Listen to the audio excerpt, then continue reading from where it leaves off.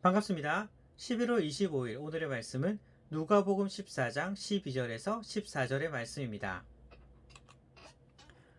또 자기를 청한 자에게 이르시되 내가 점심이나 저녁이나 베풀거든 벗이나 형제나 친척이나 부한 이웃을 청하지 말라.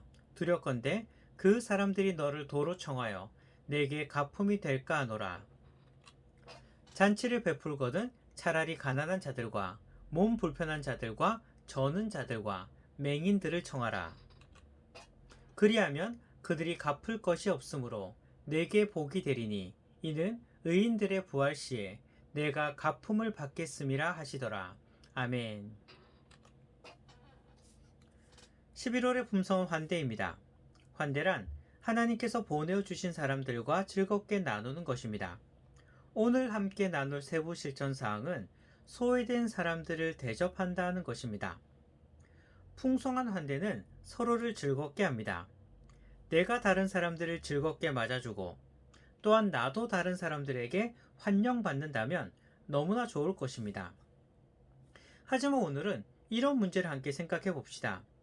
환대하는 것은 좋은 것이지만 그렇다면 과연 어떤 사람을 환대할 것인가 하는 문제입니다. 사실 사람들은 환대를 한다 하더라도 어떤 사람을 더욱 적극적으로 환대할까요?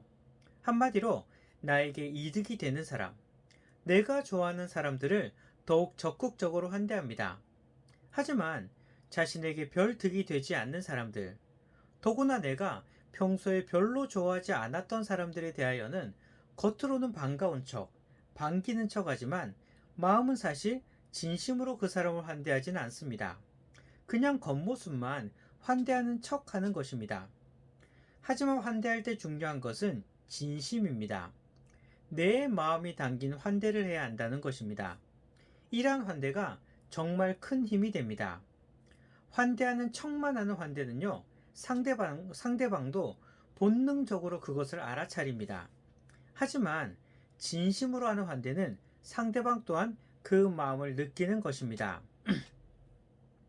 그런 점에서 본다면 환대라고 하는 것은 입과 입으로 하는 것이 아니라 마음과 마음이 이어지는 것이 진정한 환대인 것입니다. 내 마음을 담아서 진심으로 환대합시다. 그러나 문제는 나에게 득이 되는 사람, 내가 좋아하는 사람에게는 이렇게 진심을 담은 환대를 할 수 있는데 그렇지 않은 사람들에 대하여는 진심을 담은 환대가 힘들다는 것입니다. 아예 무덤덤하게 대하든지 아니면 표정은 반기는 척 하면서도 마음은 진심이 담겨 있지 않는 그런 환대를 하는 것입니다. 하지만 세상 사람들이 생각할 때에는 이렇게 사람들을 대하는 것이 정답인 것 같습니다. 내게 득이 되는 사람, 내가 좋아하는 사람에게는 더욱 적극적으로 환대하는 것이 정답처럼 생각하는 것입니다. 하지만 우리는 세상 방식으로 사는 사람들이 아닙니다. 오히려 세상 사람들처럼 살려 하는 사람들에게 오늘 본문은 그 생각을 깨뜨릴 것을 말씀하십니다. 12절을 보시기 바랍니다. 사람들을 대접할 때, 환대할 때, 친구나 친척 혹은 부자인 사람들을 청하지 말라고 하십니다. 오히려 13절을 보면 베풀려고 하면 가난하고 몸이 불편한 사람과 같이 어렵고 힘든 사람, 소외된 사람들에게 베풀라고 말씀하십니다. 세상 사람들이 살아가는 방식과는 완전히 반대되는 모습이죠.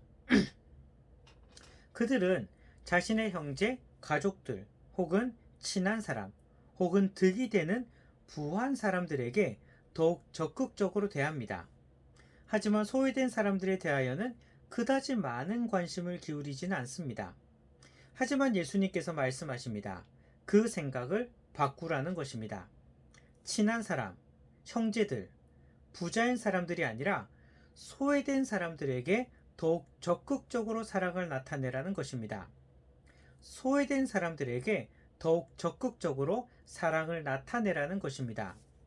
이렇게 베풀 때 어떤 축복이 주어질까요?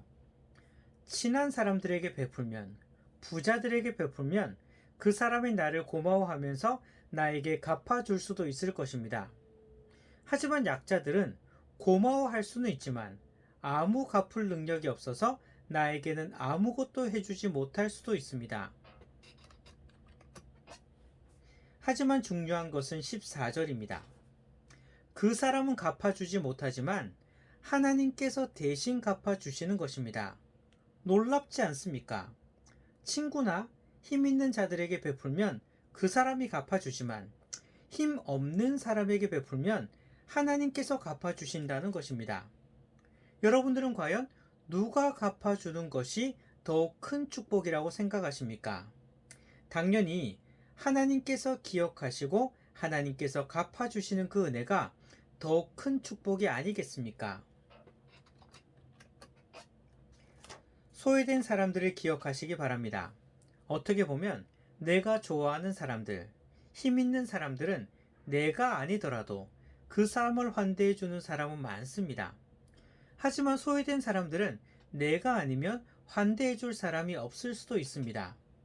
평소에도 많은 환대를 받는 사람에게 나도 환대를 더해줄 생각하지 마시고 오히려 평소에 환대받지 못하는 소외된 사람들을 환대하게 된다면 이것은 그 사람에게 있어서 메마른 땅에 내리는 단비같이 여겨질 것입니다.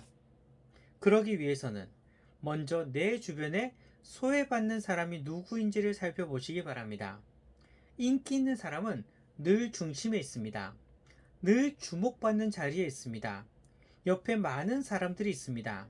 하지만 소외받는 사람들은 사람들의 시선에서 벗어나 있는 경우가 많습니다. 우리는 그러한 사람을 볼 수 있어야 합니다. 중심에 서 있는 사람이 아니라 주변에 서 있는 소외된 자들을 볼 수 있는 우리들이 되기를 바랍니다. 그리고 그 사람에게 어떻게 도움을 줄 수 있을지를 생각해야 합니다. 내가 돕고 싶은 대로 돕는 것이 아닙니다. 그 사람의 입장에서 어떤 도움이 필요할지를 생각해야 합니다. 우리가 종종 하는 실수는요, 내가 하고 싶은 대로 돕는 것입니다. 그 사람은 부담스러워 하는데, 원하지도 않는데, 마냥 내 생각대로 도우려는 것입니다. 하지만 돕는 사람이 중심이 아닙니다. 도움을 받는 사람이 중심이 되어야 합니다. 과연 지금 그 사람에게 무엇이 필요할지 생각하고 그 사람의 입장에서 어떻게 반겨주고 도와줄지를 생각하는 우리들이 되시기를 바랍니다. 오늘 말씀을 마무리하겠습니다. 우리는 11월 환대에 대하여 훈련하고 있습니다. 서로 반겨주고 환대하는 모습이 우리 공동체 가운데 가득하기를 바랍니다. 하지만 늘 환대받는 사람에게 내 환대를 더하는 것보다 평소에 소외된 사람, 어려운 사람들에게 나의 환대를 베푸시는 성도님들이 되시기를 소망합니다.